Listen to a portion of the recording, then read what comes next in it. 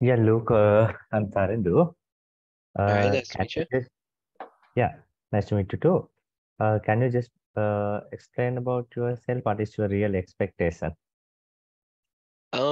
Just to I don't know. I want to try to become like a really good player at chess eventually. I'm kind of new though. Like I just started. Mm-hmm. Right. Okay. Have you ever learned chess before? Have I what? Yeah, about chess. Have you ever learned about the board, about the pieces? What are the powers of the pieces, as well as how the power variate with the positions, like Uh, that? yeah. I know what the Right. pieces do. Yeah. Okay. Yeah. Okay. I'll just clear the board and put two things there. Can you see? You can see the screen, right? Yeah. Right. Okay. In this situation, okay, just forget about the kings. Okay. Can you just tell me what are the important areas of this board? Of the board. Yeah. Um. Is there any specific area that we need to control? The king. No, king is the piece. King is yeah. No, I'm not talking about the pieces. I'm Oh, just talking about the control the middle of the land. board. Yeah, middle of the board. Why do you need to control the middle of the board? Um, because it opens up more room for your pieces that are by your king to move, Okay. like Then what develop your else? pieces. Yeah, you can develop the pieces when you go to center. And what else? Um. I don't Yeah, know. just imagine if you control these four squares, generally these four squares called the center, and the other squares around the center called extended center, the red squares called extended center, right? To win the game, we have to get control of these squares from the beginning, because when our piece placed on the center, just imagine we are placing a knight on the center as well as corner. This knight can go 80 squares, right? 8 different squares it can go. But the thing is, the corner knight can go only 2 squares, right? Either both knight got same value. Uh, the activity of the pieces are varied when the placement, according to the placement. You got the point? Hmm. You got the point? Uh, the board. Are you showing the board right now? Because I can't see the board. I can just see like the or whatever. You can see The the board. no. All right. I'll share the screen right now. Now, can you see the? Yeah, I can see that. Yeah. Okay. Right. Yeah. In here, the white knight can go 8 squares, but while black knight can go only 2 squares, right? Hmm. Either both knight got same similar value of zero point 0.3, but the activity of the pieces are completely different, right? Hmm. Because the white knight can go 8 squares and black can go only 2 squares, right? Such as when we are when we are able to acquire the center, then we can place our more pieces into the center, and they will work as their highest active level, right?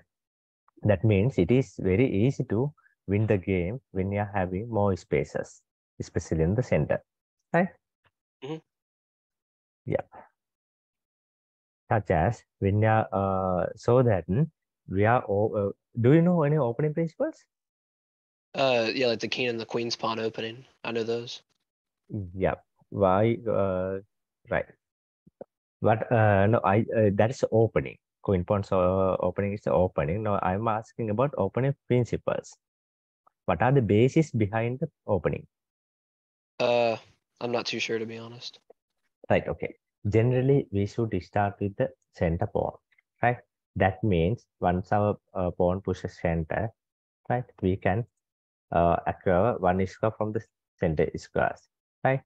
Hmm. Here we got a one square, and we are attacking one in the center and the other in the extended center, and Hmm. then your opponent cannot come to this yellow discard, right?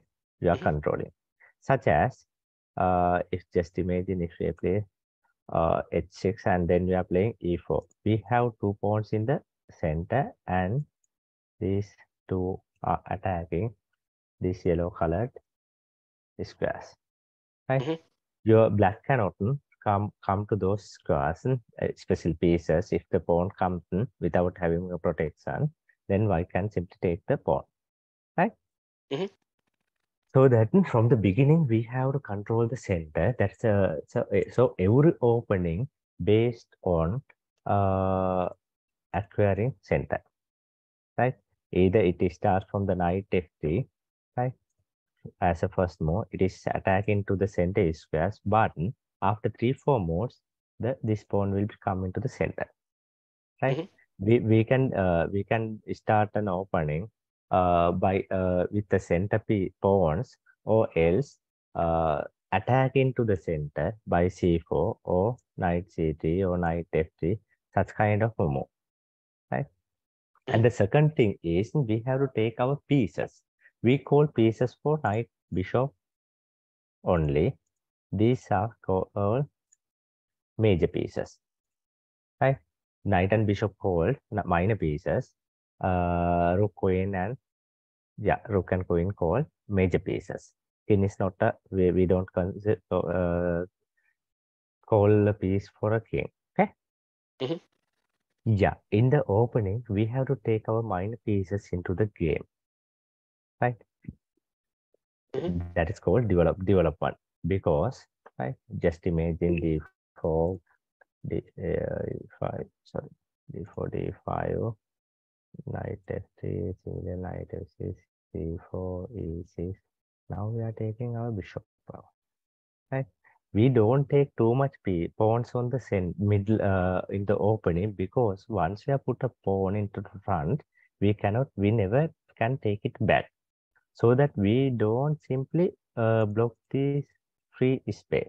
We only put in pawns to just get develop an strength in the center. Then we are playing with these minor pieces. These are the key resources, right?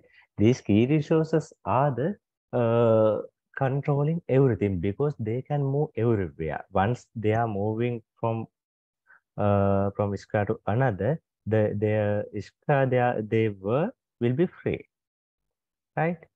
But its pawn is not like that. Once you put a pawn, the square is fixed. There's a pawn, right? Unless this pawn is removing, this pawn cannot move further. Or Mhm. else there should be a chance to cut a piece from the adjacent squares, right? Yeah. Otherwise, this pawn, yeah, the red colored pawn cannot play. Right, we can cut our pawn either, no, we can cut our pieces, so that we don't have any chance to remove that pawn. So we have to be very careful when you are pushing pawn forward, because that pawn can be a completely metaphor winning for us, right? Because there are no way to remove our own pieces. If it is a black pawn, we can simply cut by even queen. We can simply sacrifice by the queen to remove that pawn. But for a white pawn, right, for our own piece, we never can remove it. Okay, Mhm. right. Okay, and let's move into some middle game tactic. Yeah, you can see this, right? Okay, before Mhm. that, there are several things in the opening. You have to develop the minor pieces, as well as you have to do the castling, right? And there are 10 stages I have shared you in the document. Have you gone through that? Have I gone to that yet? Uh, No, I haven't looked at it yet. right. Okay. I have sent you a PDF. In the PDF, there are 10 opening principles. You have to follow that one. Since this is yeah, limited to the 45 moves, I will simply go into the other level, strategic level of the chess. Then you can simply identify what are the areas that you have to cover, because when we are considering the chess, there are lessons more than 3-4 years you have to follow, right? To Mhm. learn the basic requirements, at least you need more than 6 months, right? It is about 1.5 hour, 8 sessions per month minimum. Then if you have lessons like that for 6 months, then only you can cover the basic knowledge of the chess, right? Mhm. I will show you about the middle game tactics. In this position, have you ever heard about the fork, double attack, pin, like that? You said what? Have you ever heard the strategic terms? There are some strategies in the chess. We call fork. Fork means double attack. And discovered attack, the crankmate. Such kind of words have you ever heard? I've heard of it, but I don't know what it is. Like I've heard some people say fork before, but I don't know exactly what it means. Yeah. Okay, don't worry. Right, just see in this position here. This white knight got a threat by the pawn. Right here, white got a move, and the other thing is if knight takes the f7, you know how to name this class, right? Yeah. All right, okay, then you can understand what I'm saying, right? Mhm. You are getting what I'm telling, right? Yes.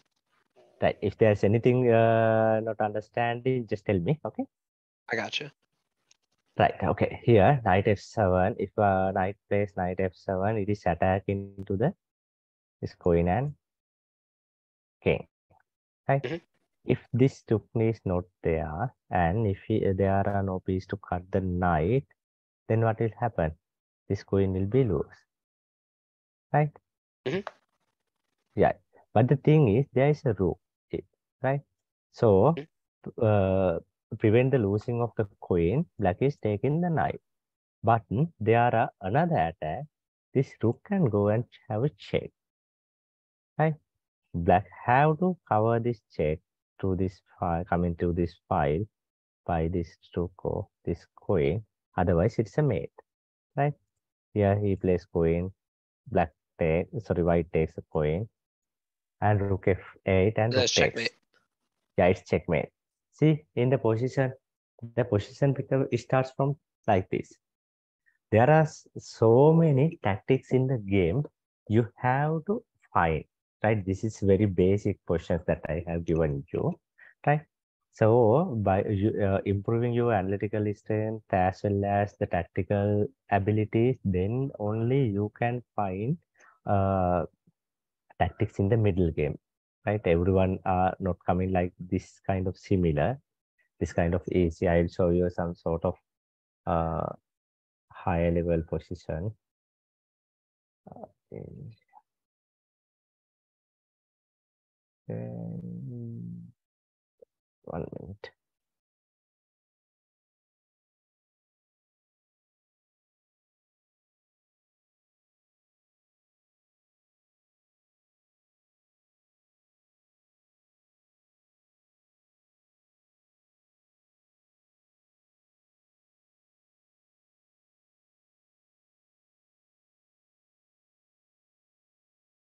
Just see in this position, right?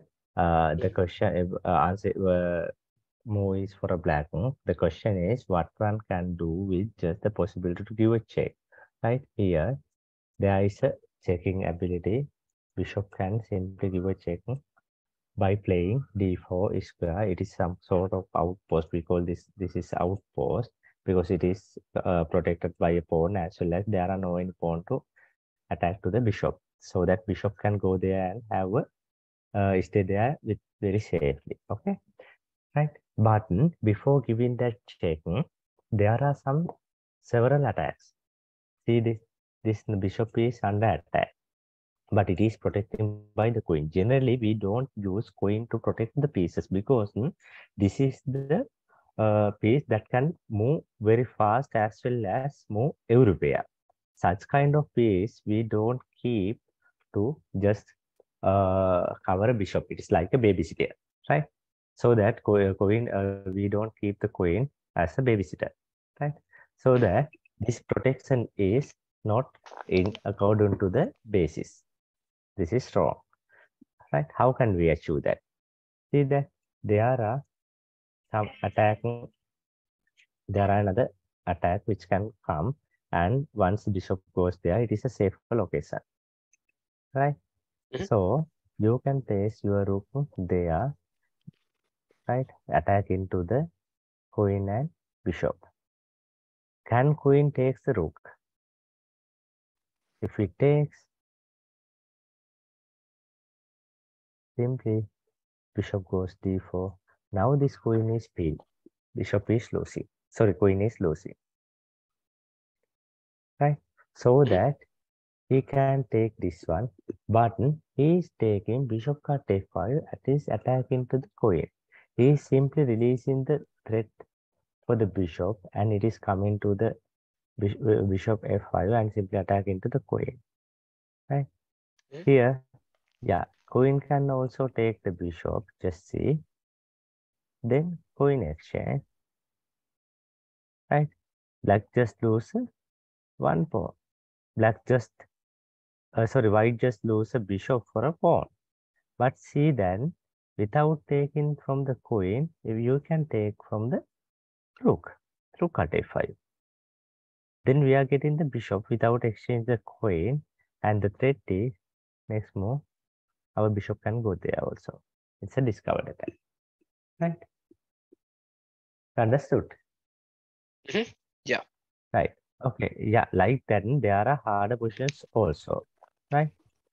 Similarly, here when you are going to this position, just see here. Uh, you have to find a move for a white. Mhm. Can you just take a 1 minute and try to find the answer here? Mhm. Yeah, white got a move.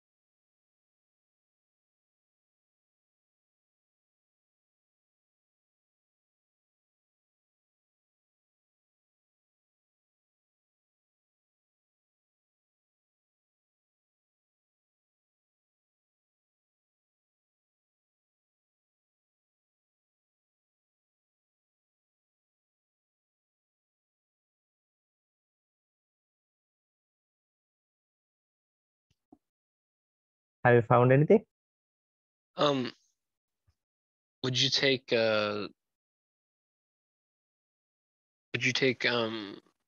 rook to h4 Rook h4, yeah. Bishop have rotate. and then Then use what will you do? pawn to take bishop, right? No. No? No, you don't need to take the pawn bishop. Just push the pawn. Just push the pawn? Yeah, what happens? Oh, then it's checkmate because Yeah. It anywhere is he check, moves. right? Yeah. See, right? We are here. Just imagine in the for the that black bishop, if there is a white piece, black can cut, right? Mhm, These two pieces are blacks. Black cannot take its own pieces. mhm, So he trapped by himself, right? mhm. We just figure out the weaknesses of the position, and then we implemented the mate here with with the aids of these bishops and pawn, right? Like that, there are so many opportunities in the game. Okay, Mhm. right? Yeah, I'll give you another one. Right, this is harder. Okay, just see in this position, right? Why got a move, right? White have an attack here, and you can mate within less than 3 moves. And please remember that the moves are force moves. Force moves mean once you play a move, then your opponent have only one or two move to against that move. He can take free moves. Right? There are no any free moves. He can play as he wants. Right? He have only decided moves, so that those moves are called force moves.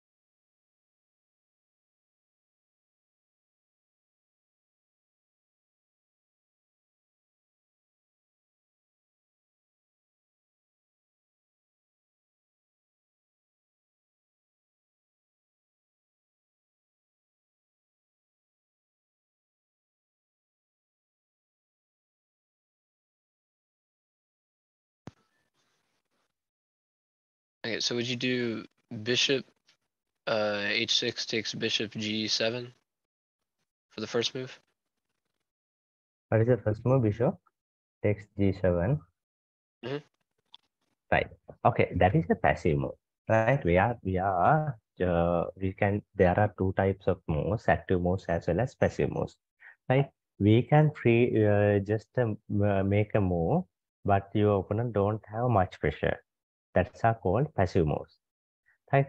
If just here, I will show you since you are just starting, you are taking the f7 pawn by your queen. Right. Okay. Now this is very defined because this is called active move. If king goes there, you can take the bishop and it's checkmate, right? If king Mhm. goes there, it's checkmate, right?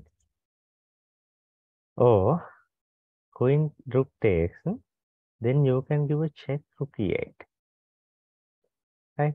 Bishop have to go. Now you can rook take the rook f8. This rook is pinned, right? There is a threat to the diagonal. Wow. Right? You see this? This is called pin. Pin mean that a piece simply we have put a pin in into the board, right? Like that. This rook cannot take. Like that, there are so many tactics in the game. This is all right.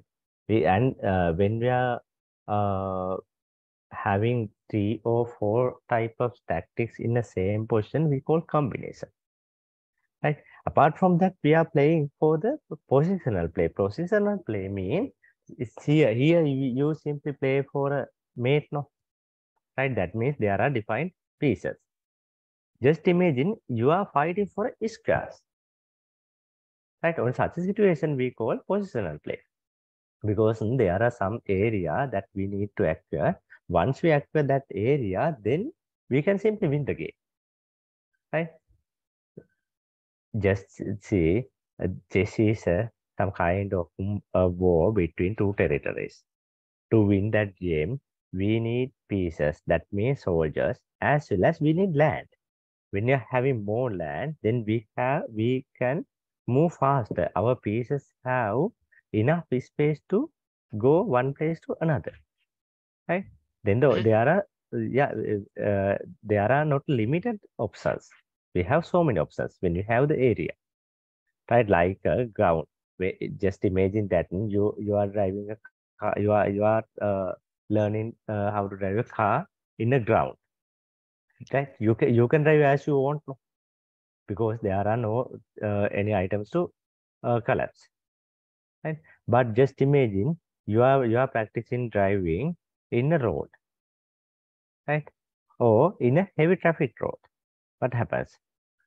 Right? You can make moves. You can do your practices easy, no? Right? It is very easy in the ground. You got understood? Mhm. Yeah, like that. Uh, when you are fighting for an positions, sorry, when you're fighting for a ishkas, that's called position play. Okay, we'll go for a simple ending prior to the yeah, okay. Okay, just imagine you got the position like this, and okay, you got the right. You are white here. Can you win the game? You got a point. Point.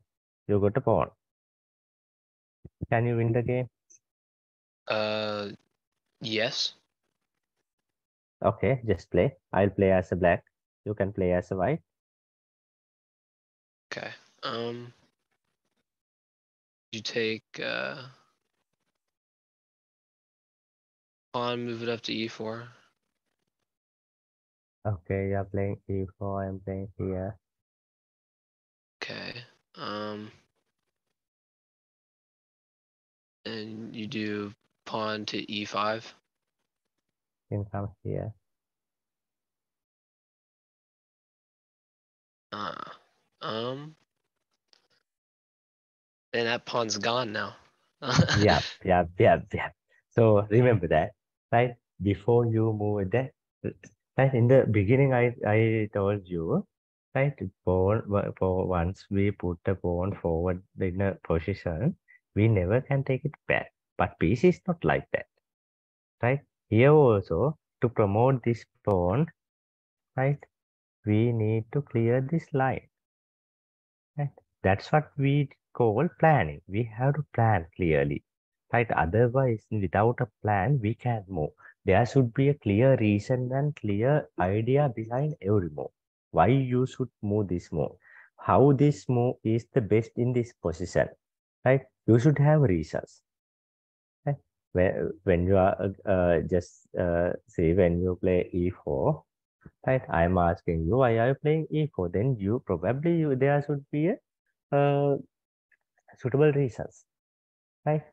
Acceptable reasons there should be for every move. Otherwise, you can play. If you need to become a good player, you have to make a plan and plan accordingly, right? Every move should have a reasons. Okay, right. Here we know we need to clear this road before pushing the pawn. Or else, just imagine if there is a no king here, king cannot reach this line, then only you can push the pawn, right? I will give you another position. Just imagine finish here, let image here, my pawn is here. Okay, here can you push the pawn? Can you go promote your pawn by its own? Um. Yes. Yeah. How will you figure out?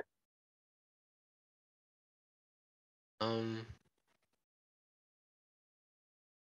So Just you. imagine that you are getting this position in the last minute, right? So you only have uh, less than 1 second to think and get an answer. So in this situation, right, you can count the squares, isn't it? Mhm. Right. So that means there is a called big square, right?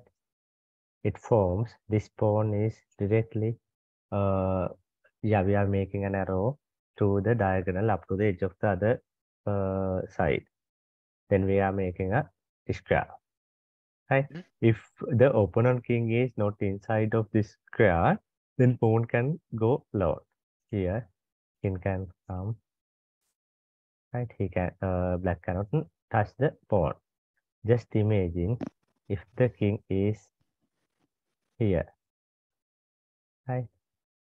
Okay, now it is inside of the square, right? We call big square for this one, right? Just see, we are putting pawn push and king comes. See, at the last moment, black capturing the pawn. Okay, so we'll go into the first position, right? If your opponent can cover the line, then pawn cannot.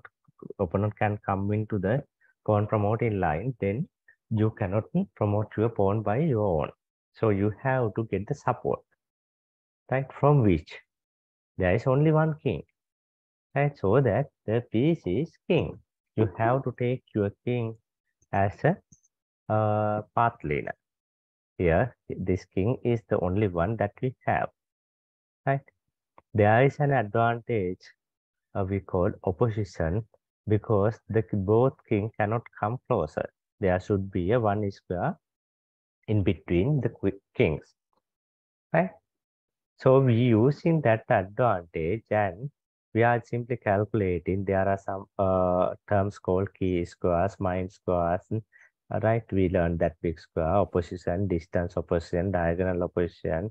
Like that, there are some theories you should learn, right? From the beginning, you can feel that those things are some sort of hard, but there are so many exercises you can do. When you are doing more exercises and more lessons, right, you can clearly those things becomes actually normal, Mhm. right?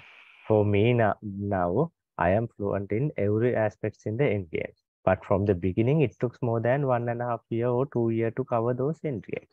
That's Mhm. normal, right? Because we have to stay with the chess and we have to spend more time to do more exercises. Then only we can clearly identify and remember the end games. Okay, yeah, I'll show you that.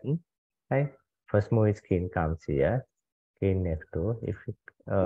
If king comes to the f6, I am playing this one. This is called opposition. Kings are in very closely together, but the move is for a black, right? Black cannot come forward. He can come only the green arrows, only side. If king goes there, then he can go there. See this? Now this square is free. If king come here, we'll put a pawn and king goes there. Again we go there. If king goes there, then we don't put, right?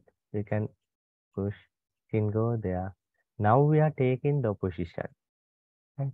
Remember, right? So because we have cleared only these two squares, we haven't touched this square yet. Here, if we didn't took the opposition, right? Here king goes there, then we can go there. Now these three squares are free. Just see if we put a pawn here, king comes here, here, and see it's stalemate. The one Mm-hmm. move mistake is more than enough to completely uh, change the result, right? So that you have to learn about the fundamental theories and follow them and practice more to become a strong chess player, right? In this lesson, we call there are key squares for a pawn, right? Those are the closest three squares, not in the next rank, but in the other rank, right? To the pawn. These three squares called key squares. When pawn moves forward, key squares also moving forward, right? The party who can control these key squares can only get maximum results that it can get. For a black, it's a draw. For a white, it's a win, right? I'll show you few exercises and I'll show you the end games, how many end games you have to learn. There are 16 chapters in the end game. Here we just started the keys class. And when we are going to the keys class, there are around 20 sub lessons and Mm-hmm. sub theories. Right? See this minds class one. We'll try to play. I'll show you.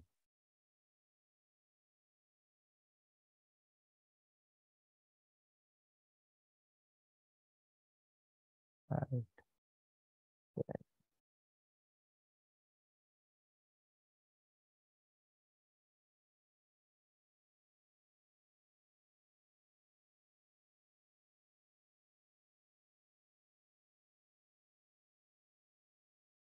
right, okay. Just imagine this slide, right? It's for the keys class.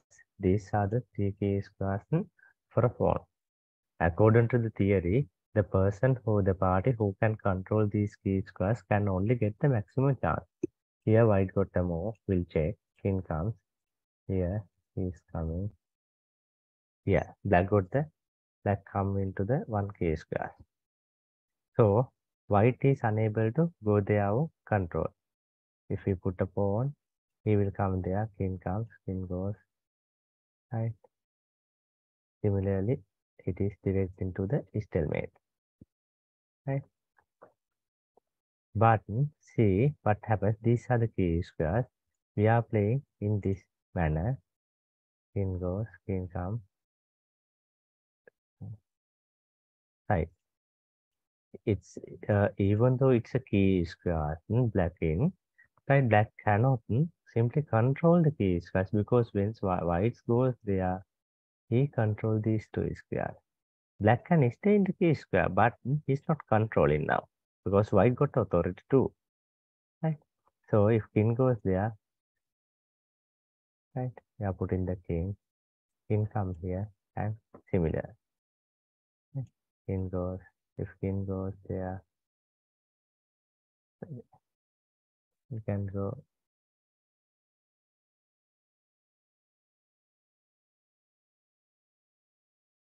next, king goes there. King have to come there, king come. In this is an specific position, right? You have to come there, spawn, right? Okay.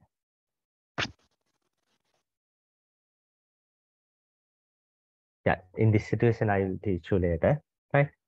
Uh, yeah, in this situation, you have to get the control of key squares by playing diagonally, right? We can go either this way. We can try go either this way or we can go this way. But from only this green arrow line can control the key square, right? And also I'll show you some rook endgame position also. All right. Yeah, this is just a pawn endgame now. I'll send you.